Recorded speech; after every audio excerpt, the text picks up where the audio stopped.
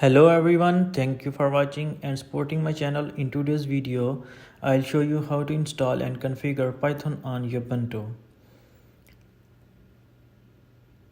Actually, Python comes pre-installed on Ubuntu, so we'll mainly check the configuration update if it's necessary and run a simple script to print hello world. So let's start with turning on the virtual machine.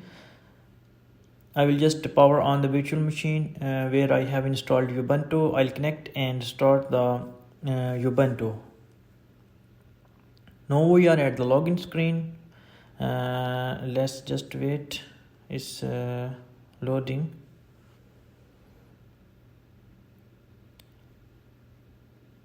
So here is the login screen. My username is Ubuntu user. So I'll just enter the password. So if you have not watched my previous video on how to install Ubuntu on Hyper-V, you can check it out in the playlist.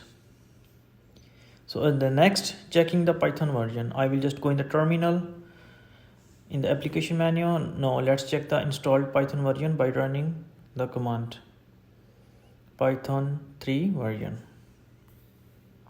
So you can see we have installed Python 3.12.7. It's actually already installed.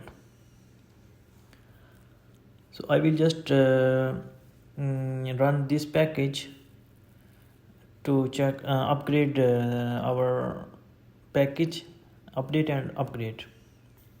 It will ask me for the password and it's installing the package now.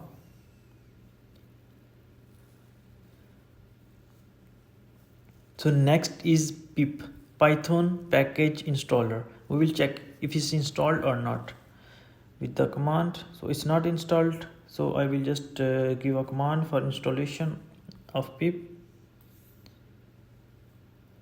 So it's installing now. It will take some time for installation.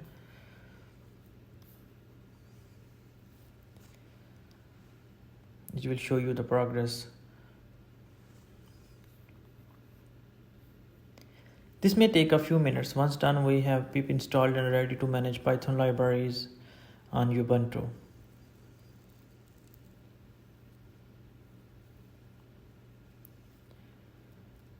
You just have to open the terminal again and enter in the Python.